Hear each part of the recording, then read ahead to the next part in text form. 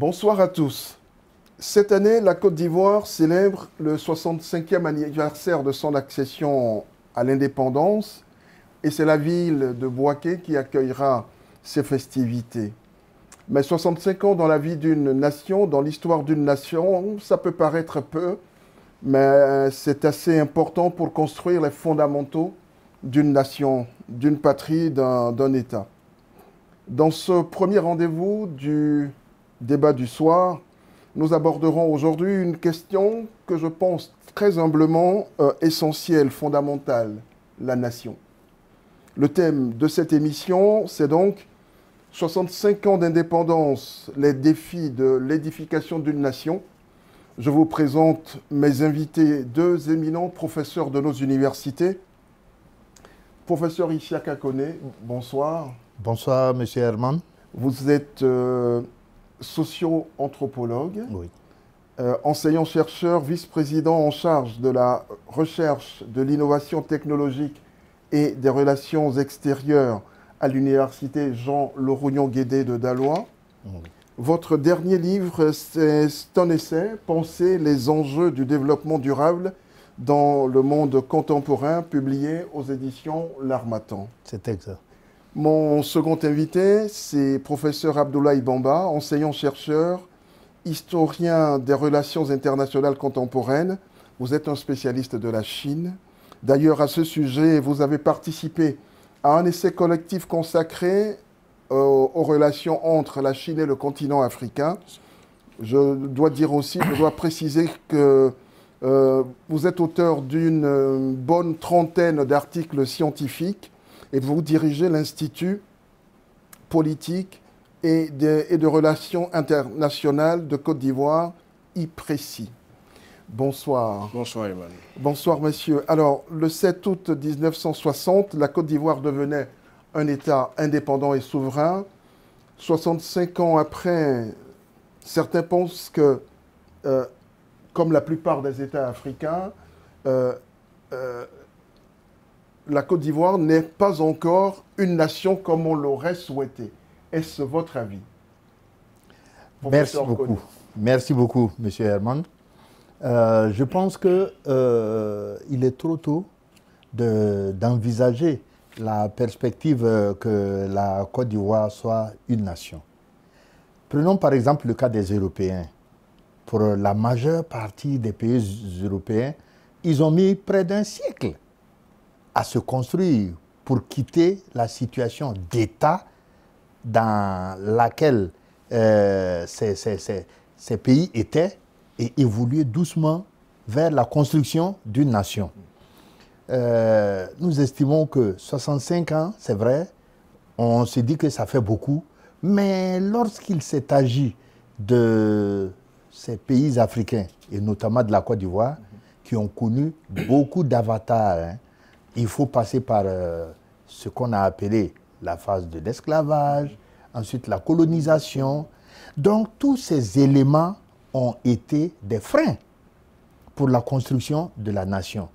Parce qu'au départ, les Occidentaux, lorsqu'ils se sont installés, ils ont cherché d'abord à voir comment exploiter les richesses naturelles, minières, minéralogiques, etc., de nos différents pays. Et leur souci n'était pas... Leur souci n'était pas, effectivement, de créer un cadre pour permettre d'évoluer vers la nation. Déjà un État? Déjà de l'État vers la nation.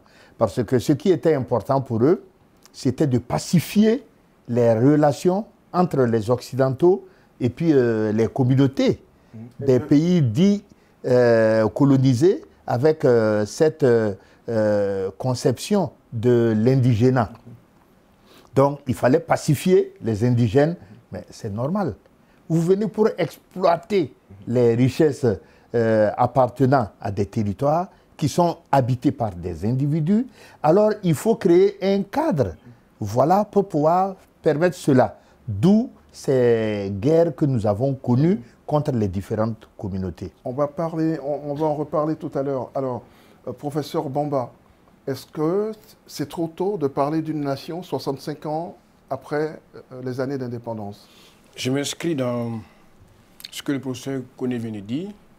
la première erreur qui a été commise après l'indépendance, c'est de vouloir imposer ce qu'on a appelé en Afrique l'État-nation. Ouais. Oubliant que les territoires africains étaient beaucoup plus animés par des communautés culturelles, des communautés ethniques. Et donc, le découpage qui a été fait par le colonisateur, de façon arbitraire, de façon artificielle et arbitraire, n'a pas tenu compte de ces homogénéités culturelles et ethniques. Premier élément. Deuxième élément, la nation, c'est un processus. La création d'une nation, c'est un processus. En 65 ans, c'est être prétentieux que dire que nous sommes une nation. Mais déjà, nous avons des signaux assez intéressants qui permettent d'espérer qu'une nation est en train de se mettre en place. Alors, de ce point de vue-là, peut-on résumer aujourd'hui les valeurs qui fondent la nation ivoirienne à celles que comporte l'armoirie, union, discipline, travail? Oui, union, discipline, travail, une devise va constituer un peu le soubassement, le socle de la création ou la fondation de cette nation que nous sommes en train de créer. Mais à cela, il faut ajouter également d'autres éléments que le président Alassane Ouattara a mis en place et est en train de consolider. Il vous parle d'une Côte d'Ivoire solidaire, cette solidarité qui englobe plusieurs concepts, mais au-delà des concepts qui doit conditionner l'attitude de l'Ivoirien, la solidarité entre Ivoiriens, la solidarité entre tous ceux qui vivent en Côte d'Ivoire, la solidarité entre les communautés, mais la solidarité également de façon verticale et de façon horizontale. Alors, professeur Koné, est-ce qu'aujourd'hui, on ne pourrait pas faire évoluer ce triptyque-là, union, discipline, travail, au regard des crises que le pays a connues, au regard aujourd'hui même de son évolution, de sa place en Afrique et dans le monde? Je pense qu'on peut évoluer dans ce sens. Le professeur Bamba a parlé tout à l'heure de la notion de solidarité. Oui. La notion de solidarité, je crois qu'on peut l'annexer à la notion de travail. Dans la mesure où cette solidarité-là, elle est devenue manifeste. Et c'est la raison pour laquelle le président Alassane Ouattara s'appuie sur cette valeur pour demander que les Ivoiriens, les populations vivant en Côte d'Ivoire et tout ce monde qui foisonne sur le territoire ivoirien, que tout ce monde puisse parler d'une seule voix et accepter d'aller à tout ce qui est en rapport avec l'extinction d'une quelconque, je dirais, d'une quelconque velléité de pouvoir dominer les autres. Ça, c'est le premier point. Le second point, il faut retenir aussi que ces communautés qui vivent ensemble ont besoin d'avoir un partage des valeurs. D'où la première valeur, c'est la reconnaissance de la différence. L'autre est différent de moi, mais c'est la raison pour laquelle je dois l'accepter dans la mesure où cette différence est une valeur enrichissante. Je m'inspire de ce qu'il a en lui et de ce que je peux en tirer pour pouvoir améliorer nos relations, je dirais, personnelles et interpersonnelles. Ça, c'est quelque chose de fondamental. Donc, cette solidarité, elle doit s'exprimer aussi lorsque l'autre est dans une situation assez critique, qu'on puisse comprendre que lui apporter notre aide, ça relève même d'une forme de résilience. Bien sûr. Ouais. Et là, il faut remonter maintenant à l'État. Oui. C'est l'État qui peut aussi impulser cette solidarité dont vous parlez. Oui. D'où le sens, bon, comme vous le disiez tout à l'heure, c'est vrai qu'on va en parler dans ce débat que nous venons d'ouvrir. Parlons de solidarité, mais il n'y a pas que la solidarité, il y a aussi aujourd'hui d'autres valeurs qui s'imposent. La stabilité, la sécurité. On est dans un environnement géopolitique qui n'est pas forcément, comment je vais dire, rassurant. Ouais. Oui, effectivement, tant à l'intérieur qu'à l'extérieur, ouais. La Côte d'Ivoire fait face à de nombreux défis sécuritaires. Et je voudrais féliciter le président Alassane Ouattara. Parce que quand vous prenez la Côte d'Ivoire de 2011 et celle de 2025, je dirais que d'efforts fournis, que de sacrifices consentis. La Côte d'Ivoire en 2011 était un pays exempt. L'insécurité en interne avait atteint une proportion où on se méfiait l'un de l'autre. On voyait des corps joncher les rues. Et il y a eu donc énormément de réformes au niveau de la sécurité, au niveau de la police, de la gendarmerie, de l'armée, qui fait qu'aujourd'hui, la Côte d'Ivoire, en termes de sécurité, les institutions à ce niveau-là fonctionnent très bien. Et puis, il y a eu ce défi sécuritaire également à l'échelle régionale, sous-régionale, avec la question terroriste. Ouais.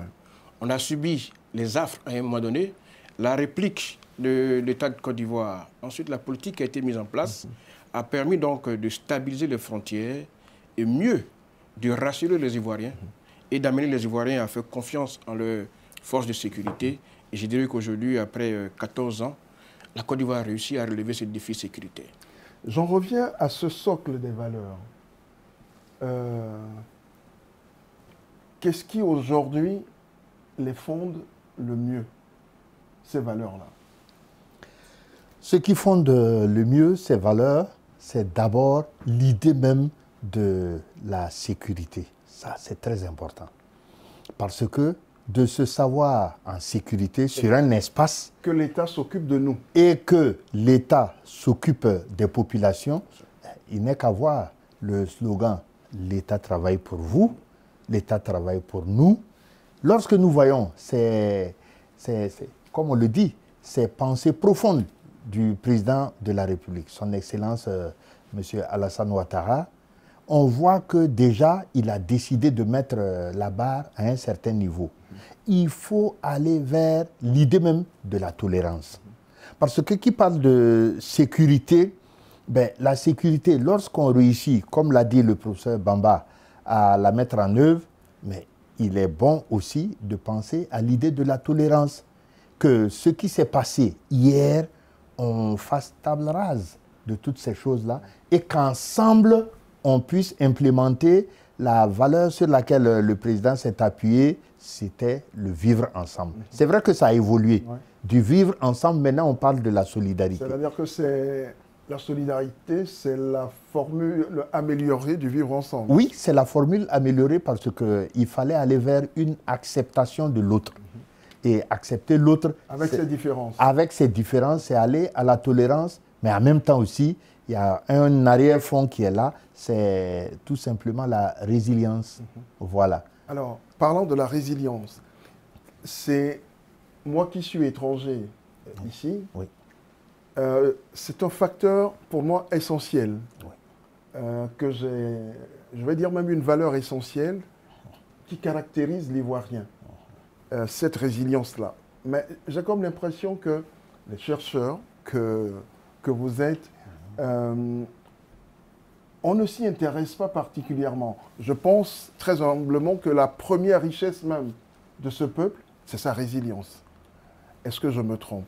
Oui, monsieur, moi, vous vous trompez, parce que heureusement que vous avez dit, vous avez l'impression. Ouais. Vous savez, les universités travaillent énormément sur ces questions. On a sur ce plateau un sociologue qui travaille sur ces questions. Beaucoup de travaux ont été faits sur la résilience des Ivoiriens à tous les niveaux. On ne les connaît pas. Malheureusement, mais cette résilience est à plusieurs niveaux. Et les valeurs culturelles qui unissent les Ivoiriens, malgré les différences ethniques et culturelles, et ces valeurs reposent sur un levier essentiel qui constitue pour moi une richesse que la Côte d'Ivoire doit exploiter davantage, ce sont les alliances. En toutes circonstances, quelles que soient les crises qu'on a traversées, même si parfois on a foulé aux pieds ces alliances ont servi... Et quand on les a foulées aux pieds, on a connu la guerre. On a connu la guerre. Le vivre ensemble a été pris à mal, la solidarité avait disparu et la cohésion avait volé en éclats. Bien sûr. Ces différents éléments aujourd'hui se sont remis en place. Vous avez des Ivoiriens beaucoup plus forts et pour moi, le paroxysme de cette résilience et de cette cohésion sociale a été la dernière CAN. Où on a vu tous les Ivoiriens, quelle que soit l'ethnie, quelle que soit la religion, quelle que soit l'appartenance politique, tout le monde parlait Côte d'Ivoire, tout le monde était malheureux quand la Côte d'Ivoire perdait, tout le monde était heureux quand la Côte d'Ivoire gagnait. Et pour moi, c'est des éléments essentiels qu'il faut exploiter, qu'il faut promouvoir. Mais au-delà des universitaires, il y a aussi les artistes, qui à ce niveau-là ont fait un travail énorme. Si vous prenez toutes les crises qu'on a eues à traverser, les artistes, à travers des chants, à travers des sketchs, ont réussi à permettre aux Ivoiriens de comprendre que tout ce qui est passé est dépassé. Alors, est-ce que pour conforter le socle de ces valeurs, il ne faudrait pas aussi que les institutions de la République soient fortes, continuent d'être fortes? Mais on a comme l'impression qu'à chaque fois qu'il y a une présidentielle, à chaque fois qu'il y a des élections à grands enjeux, il y a beaucoup de tensions, l'ivoirité remonte à la surface dans certains discours. Professeur Koné. C'est vrai que nous pouvons noter que l'ivoirité remonte à la surface quelque peu. Quelque peu. Mais cela, moi je pense que c'est quelque chose qui peut être transcendé. Dans la mesure où... si ça ne l'était pas, oui, on serait parce reparti. que la manière dont les Ivoiriens parlent vraiment de l'ivoirité, c'est un peu au passé. Au passé. Je prends un exemple. Moi, je suis à Daloa, et Daloa-Issia, ça fait environ 43 km. Et voilà qu'un jour, sur les réseaux sociaux, je dirais un Ivoirien s'est invité dans le débat politique. Il a réalisé une vidéo où il parlait de « nous, on ne mange pas goudron ». Moi, quand je quittais Daloa pour aller à Issia avec nos étudiants, parce qu'on avait des projets sur lesquels il fallait les accompagner, etc. Mais les 43 kilomètres, il fut un temps où je les parcourais en près de 2 heures et quelques. On ne pouvait même pas rouler.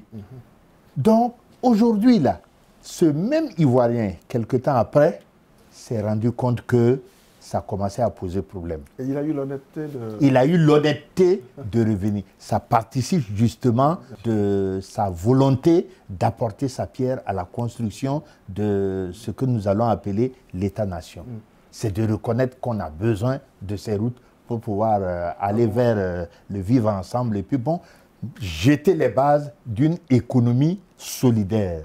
Alors, puisqu'on en a parlé un tout petit peu de l'ivoirité, moi je voudrais vous demander en quoi les années de crise ont modifié la relation des Ivoiriens à la notion même de la nation. Alors, ces années de crise ont créé une... Moi, je mets le curseur à 90. D'accord. Oui, 90, historiquement, ça tient la route. Ouais. Le multipartisme, la mauvaise compréhension du multipartisme, l'usage qui en a été fait, la manipulation. La manipulation des ethnies. Des ethnies a créé une tension sociale, une tension ethnique entre les communautés. Ça a créé une méfiance entre les communautés. Et parfois, il faut aussi avoir l'honnêteté de le dire, le comportement de ce qu'on appelle les forces de l'ordre à un moment donné a également créé une méfiance entre la population et les institutions. Ensuite, l'attitude des hommes politiques, ça a créé également une méfiance entre la population et les hommes politiques qui n'avaient plus vraiment véritablement confiance aux hommes politiques. Et ça... Et le citoyen n'avait plus confiance en les institutions de la République. À un moment donné de notre histoire, cela a existé. Mais aujourd'hui, avec toutes les réformes qui ont été engagées, toutes les sensibilisations qui ont été faites, toutes les rencontres, et j'ai eu le privilège, moi, de sillonner pratiquement le pays, je peux vous dire que fondamentalement, il n'y a pas de problème entre les Ivoiriens. Fondamentalement, il n'y a pas de problème. Quand vous les rencontrez, mais ils vivent en harmonie. La preuve, j'ai un Bamba et un Koné en plateau. Oui, voilà. Voilà. Ils vivent en harmonie. Et comme vous avez dit, c'est à l'approche des séances électorales qu'intervient donc le démon politique. Ouais. Et je demande donc, c'est aussi simple que ça. L'homme politique qui vient à l'approche des élections utilise un langage, des éléments de langage exploite les peurs, qui exploitent les peurs, la fragilité des populations, et surtout qu'on a une grande majorité de la population qui est analphabète, qui ne comprend pas les tenants et les aboutissants de la politique. Et parfois même les débats des hommes politiques qui après se retrouvent rigolent sont exploités autrement par la population.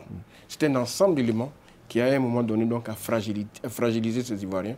Mais aujourd'hui avec toutes ces différentes réformes, je pense qu'il y a un pas qui a été franchi.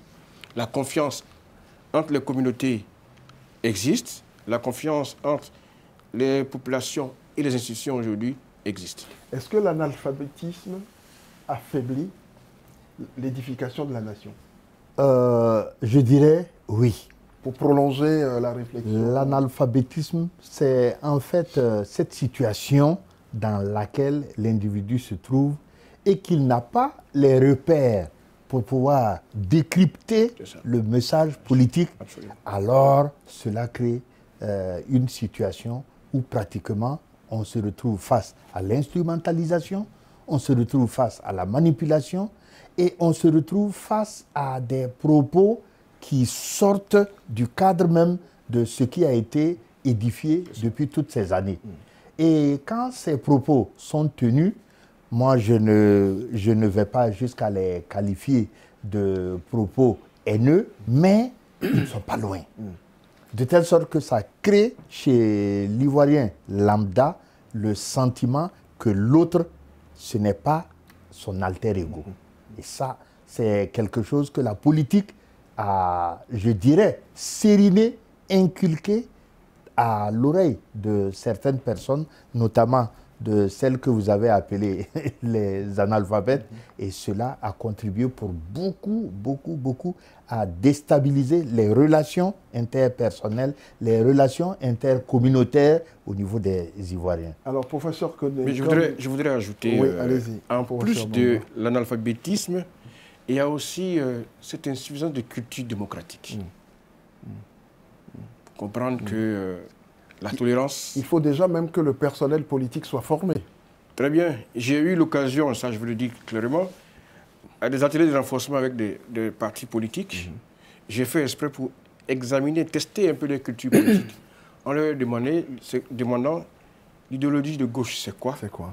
La droite, c'est quoi? Le centre, c'est quoi? quoi? Comment elle est née à gauche, comment elle est à droite? Mais je vous assure qu'ils ne savent pas. Ouais. Et je leur ai demandé, mais si déjà idéologiquement vous ne connaissez pas tout ça, qu'est-ce que vous dites à la population? Donc vous comprenez qu'en plus de l'analphabétisme, il y a cette absence de culture démocratique, de culture politique qui joue également et qui renforce cette dissension, ce malaise. Alors, qu'est-ce qui menacerait aujourd'hui, d'un mot d'un seul, qu'est-ce qui menacerait aujourd'hui le socle des valeurs qui fondent aujourd'hui la nation ivoirienne? Ce sont les deux. C'est l'analphabétisme. Ensuite, c'est l'inculture au niveau des acteurs politiques. Mais en plus de cela, il y a, comme on le dit, une exploitation abusive de certains concepts qui n'est pas faite, cette exploitation, pour créer des relations dépassionnées, dénudées de toute velléité de domination.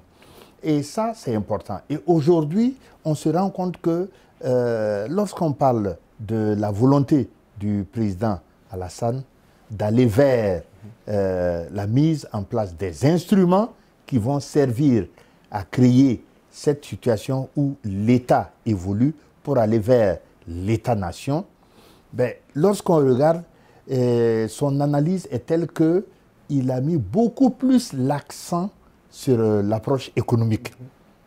C'est un fin économiste.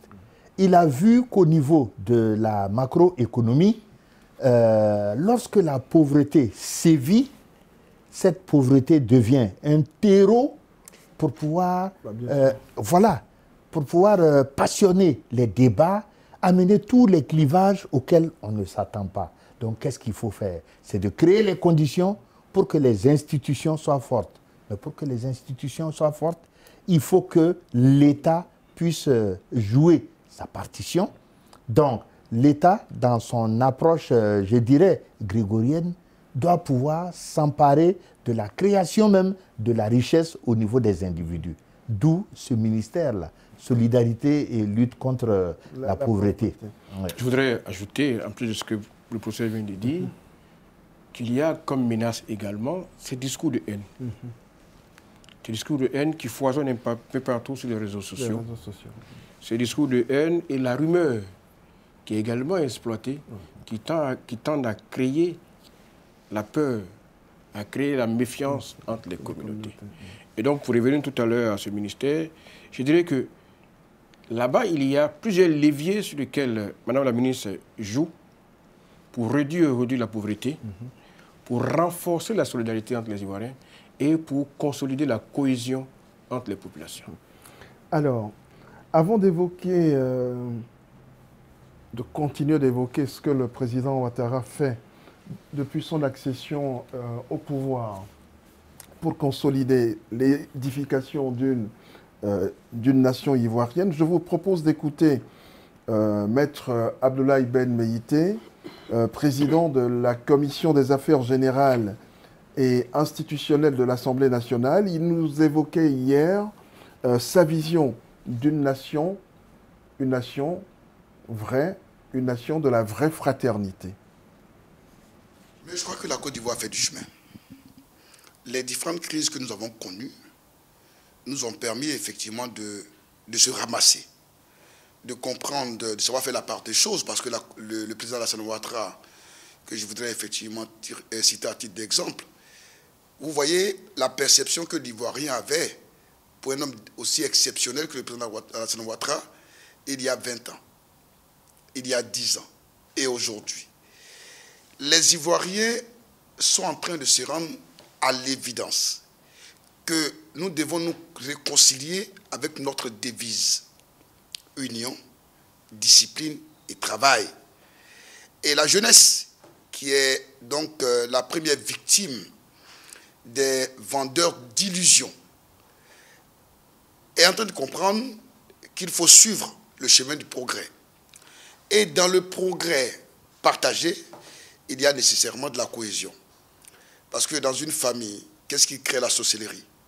C'est lorsque certains, effectivement, se nourrissent convenablement, pendant que d'autres ne le font pas.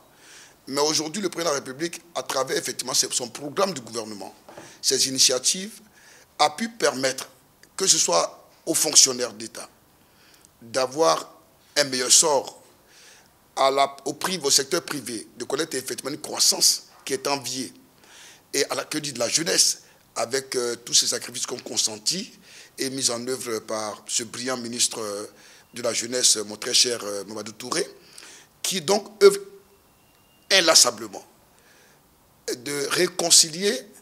à réconcilier la jeunesse avec cette triptyque-là: union, discipline et travail. Parce que, comme le diraient les Anglais, at the end of the day, notre devoir, c'est d'être un modèle. Mais ce n'est pas n'importe quel modèle. C'est un modèle de l'espérance qui est promise à l'humanité. Et nous devons forger unis dans la foi nouvelle, de sorte à bâtir cette patrie de la vraie fraternité.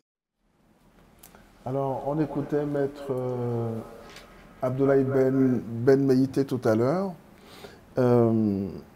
Il est revenu sur ce socle de valeurs dont nous parlions. Alors, en matière d'édification d'une nation, s'il y a deux choses qui vous auraient marqué dans la gouvernance du président Ouattara depuis qu'il est là, ce seraient lesquelles, professeur Koné? Ce qu'il faut noter déjà, c'est au niveau même du choix de ses collaborateurs. Le président Ouattara a une vision qui est beaucoup plus, je dirais, ivoiro-centriste. Ce qui veut dire que toutes les régions de la Côte d'Ivoire sont sollicitées dans la constitution des différents gouvernements. À l'époque, on avait au niveau... On lui avait pourtant fait...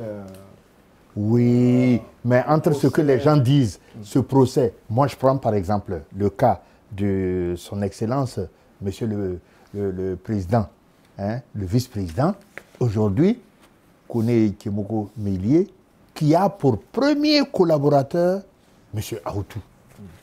M. Aoutou est du centre. Vous comprenez? Et lorsque vous regardez les autres membres du gouvernement, moi je pense que le président Alassane a vu juste en s'entourant. Les gens ont dit ce qu'ils avaient à dire. Mais tous les ministres qui sont autour de lui, ben, ils appartiennent à des régions différentes. Ça, c'est l'expérience qu'il a montrée. Et ça, Houphouët le faisait déjà aussi. Houphouët le faisait, mais sous une autre forme. Houphouët, il a appelé cela la géopolitique.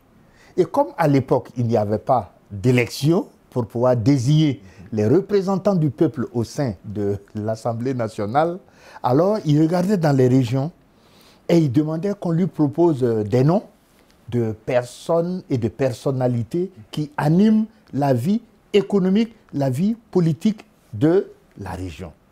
Et c'est ainsi qu'il choisissait ceux qui allaient devenir les députés. Ça, c'était un choix qu'il faisait, mais ce choix, nous les sociologues, nous on parle de choix raisonné. C'était par rapport à sa politique qui était de remplir le principe même de la géopolitique. Mais en même temps, ça correspondait à l'idée de l'époque. Oui, parce que c'était sa manière de commencer à jeter les jalons de la construction de la nation. En réalité, le président Alassane Ouattara est à l'école du président Félix Houphouët-Boigny. Mais avec des enseignements qui sont adaptés au contexte. Et au temps. Et au temps. Le contexte a évolué, les temps ont changé, mais les fondamentaux sont les mêmes. Comment je fais pour obtenir l'unité de mon pays? Comment je fais pour que ma population soit unie, soit solidaire? Donc, il y a cet élément, cette géopolitique qu'il prend en considération, qui est essentielle. Vous savez, quoi qu'on dise chez nous en Afrique, les questions ethniques, les questions sociologiques, les questions régionales pèsent toujours dans le politique, ou dans la politique, si vous voulez. Et donc, il ne perd pas de vue cet élément. Mais encore, il est beaucoup plus pragmatique. Au temps de Houphouët-Boigny, il y avait la guerre froide. Aujourd'hui, il n'y a pas la guerre froide dans une chose. Et ce pragmatisme l'amène à diversifier ses partenaires. Et je vais vous donner un exemple au niveau de... Sans fâcher. Sans fâcher. Je vous donne un exemple assez concret. L'échangeur de Solibra a été construit par les Japonais. Le pont Henri Konan Bédié par les Français. Le pont de Yopougon par les Chinois. L'échangeur de Palmeraie, je crois, par les Coréens. Vous voyez? Sans fâcher. La Chine est le premier partenaire économique de la Côte d'Ivoire depuis 2018. Mais ça n'a aucune influence négative. Le 43e BIMA a été remis à l'armée ivoirienne. Sans qu'il y ait des injures. Ouais. Vous voyez? Donc, cette géopolitique en interne, avec un pragmatisme à l'international, qui permet aujourd'hui de récolter ces dividendes et qui permettent à la Côte d'Ivoire donc de voler. Et cet envol-là, naturellement, suscite des convoitises. Bien sûr. Alors, est-ce qu'il n'y a pas aussi le fait qu'en 2016, on a eu la Troisième République, donc une nouvelle constitution? Est-ce que ça aussi, ça n'a pas contribué à raffermir un peu les liens sur ce long chemin de la construction, de l'édification d'une nation? La nouvelle constitution. Je dirais que la nouvelle constitution... Même si elle n'a pas été comprise et lue de la même façon par tout le monde. Oui, la nouvelle... C'est normal. Parce que on se retrouve en démocratie et puis la période était propice à l'implémentation d'une nouvelle politique. Alors, il a fallu que le président Ouattara se départisse d'un certain nombre de situations pour pouvoir aller vers la construction de la cohésion nationale. Il a compris très tôt que la cohésion nationale ne peut pas se construire tant qu'on ne met pas l'accent sur la solidarité. Regardez par exemple la panoplie d'instruments qu'il a mis et qu'il continue à mettre au service même des populations. On a les fonds sociaux aujourd'hui. Ensuite, on a le fonds pour le développement des initiatives au niveau des femmes. Les jeunes, les filets sociaux aussi profitent de cette situation pour pouvoir raffermir les liens dans les différentes régions entre les populations. Parce que, comme je l'ai dit tantôt, la pauvreté, c'est ce qui véritablement... C'est un mal. C'est un mal. Et lui, il a compris que en luttant contre la pauvreté et en aidant les femmes à s'autonomiser, les jeunes à avoir accès à des, comme on le dit, des emplois à travers, par exemple, l'esprit entrepreneurial, c'est très important.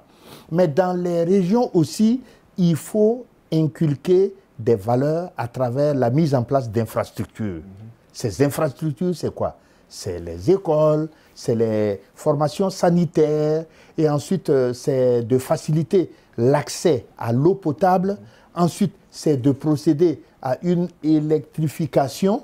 Et aujourd'hui, on parle de quoi? Le taux d'électrification, on n'est pas loin des 97%. Oui. En clair, pour aller à la nation, il faut absolument renforcer ce sentiment d'appartenance du citoyen à un État. Oui. À un État. C'est pour ça qu'on est passé donc de la cohésion sociale à la cohésion nationale. La cohésion nationale crée donc ce sentiment d'appartenance. Au-delà du sentiment, doit être une réalité. J'ai oublié tout à l'heure un élément dans l'analyse. Vous savez, j'ai dit que le président Ouattara était de l'école du président Houphouët-Boigny. Mais il y a un élément essentiel que je tire toujours, paix à son âme, du ministre Ahmed Bagayoko, qui disait que le président Ouattara lui-même est une institution. Ça compte dans l'analyse de l'évolution économique politique de la Côte d'Ivoire. Parce que celui qui préside les destinées d'un pays, sa personnalité, sa psychologie, son charisme, impacte toujours le développement de ce pays. Puisqu'il incarne d'abord les valeurs de la nation. Des valeurs d'humilité, des valeurs de travail, de responsabilité. Et c'est vraiment essentiel. C'est aussi ces valeurs-là qu'il faut inculquer à la jeunesse. Et c'est sur ces valeurs aussi qu'il a réussi ses différents mandats au niveau de la direction générale qu'il assurait du FMI au niveau du poste d'adjoint. Alors, voilà un monsieur qui avait sous sa gouverne plus d'une centaine de pays. Et je vous assure qu'il a fait des tours de manière à pouvoir aller prendre contact avec la réalité de chacun de ces pays. Brésil, Indonésie, Pakistan, etc. Cela lui a donné beaucoup à revoir dans ces politiques qu'il fallait accorder à ces différents pays. Un plan qui puisse convenir à la population. Puisque ce qu'on a reproché aux institutions de Bretton Woods, c'était de ne pas prendre en compte les velléités, les réalités de ces populations. Donc, ça a expliqué la faillite des ajustements structurels. Donc, lorsque le président Houphouët a fait appel à lui et qu'il est arrivé, la première des choses, c'était de se départir de tous ces fameux plans quinquennaux qui avaient été conçus dans certaines perspectives qui ne prenaient pas en compte la réalité. Comment concevoir qu'un État conçoive un plan quinquennal et que ce plan soit adossé à deux cultures de rente, le café à l'époque et le cacao, en sachant que la consommation de ces deux produits par les Ivoiriens était tellement faible que c'est vers l'extérieur qu'il fallait se tourner pour pouvoir vendre ces produits. Mais ces spéculations-là que nous devons commercialiser avec l'extérieur, qui fixait le prix? C'est la bourse de Londres. Et la bourse de Londres, ce n'est pas nous. Et donc, c'est ce qui a amené les problèmes. C'est pourquoi j'ai demandé que la borne, là, on la ramène à 90. C'est ce qui a créé tous les problèmes à la Côte d'Ivoire à l'époque. Les difficultés économiques. Voilà, aujourd'hui, vous avez les PND qui permettent de prendre tous les problèmes dans leur globalité et dans leur spécificité. Alors, avant de refermer cette émission, est-ce que vous êtes confiant que octobre 2025 conforterait l'édification de la nation ivoirienne à travers des élections, le président le promet, des élections apaisées? Ah, d'accord, ok. Oui, moi j'ai espoir, je suis confiant. Avec tout ce qu'on entend, tout ce qu'on lit, tout ce qu'on voit. Oui, vous savez que dans l'évolution d'un État, personne ne fait l'unanimité. Mais il y a des acquis. Le président Ouattara a réussi aujourd'hui à consolider la paix en Côte d'Ivoire et la sécurité. C'est une réalité. Tout le monde respire paix, tout le monde respire sécurité. Il a réussi à relancer l'économie de ce pays. Il a réussi à réconcilier les Ivoiriens, les hommes politiques. Il a réussi aujourd'hui à consolider la cohésion sociale. Il a beaucoup de réalisations. Les infrastructures, les ponts, les routes. Aujourd'hui, vous sillonnez tout le pays, vous voyez que le pays a changé. Et ça va créer une prise de conscience collective et individuelle au niveau des Ivoiriens. Pour comprendre que les acquis qui sont là, il faut les consolider. Et que la politique, ce n'est pas la fin. La Côte d'Ivoire a existé avant la politique.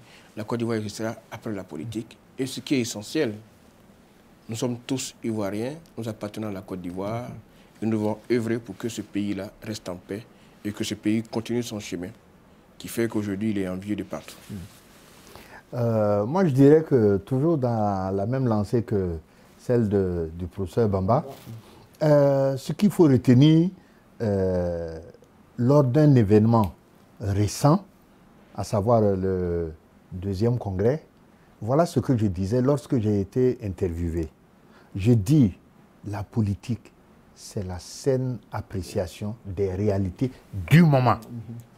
Ça veut dire que le président Alassane a pris en compte toutes les préoccupations des populations vivant en Côte d'Ivoire. Je ne parle pas des Ivoiriens parce que on l'a démontré, des populations vivant en Côte d'Ivoire. Et ces préoccupations ont été traduites en projets.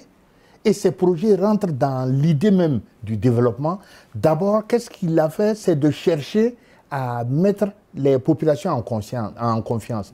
Pour que les populations soient en confiance, il faut créer les conditions du décollage par rapport à la croissance. Nous, on parle de croissance à 2 chiffres, pendant que d'autres sont en train de tourner dans un taux de croissance de 1 à 2%. Et nous, on parle d'un taux qui avoisine les 2 chiffres. Ça veut dire quoi? Ça veut dire quand on dope la croissance dans un pays, cela favorise la consommation des populations. Ça veut dire qu'on dope aussi la confiance. Absolument. Et c'est ce qui justement crée les conditions de la confiance. Et quand les populations ont confiance en toutes ces réformes qui sont initiées, en toutes ces mesures qui sont prises de manière à ce que la croissance soit boostée, cela permet d'aller vers le développement. Et le développement, on l'a dit, le président Alassane, lorsqu'on regarde les actions qu'il mène, il s'appuie sur des leviers. En économie, on dit que ces leviers, c'est en fait des leviers qui sont des créneaux porteurs, mais en même temps des créneaux qui sont multidimensionnels. Donc, ce qui fait que dans ces créneaux-là, on voit apparaître l'idée même du fait que la route précède le développement. Donc, si la route précède le développement, cela suppose que toutes nos matières premières qui pourrissent très souvent et nos vivriers qui pourrissent dans nos localités, qu'on n'arrive pas à faire sortir pour les mettre à la disposition des consommateurs sur l'espace du territoire et à en exporter, ben, ça veut dire que l'effet multiplicateur qui est recherché à travers ces infrastructures, on ne pourra pas l'atteindre. Voilà un peu pourquoi moi je suis convaincu. Oui, je suis convaincu que les choses vont très bien se passer parce qu'en dernière minute, il faut que chacun sache que the right man must be at the right place. Merci infiniment. Merci. Merci d'avoir participé à ce débat, professeur Isiaka Kone et professeur Ablaye Bamba. Merci. Et bonne soirée. Merci beaucoup. Merci beaucoup.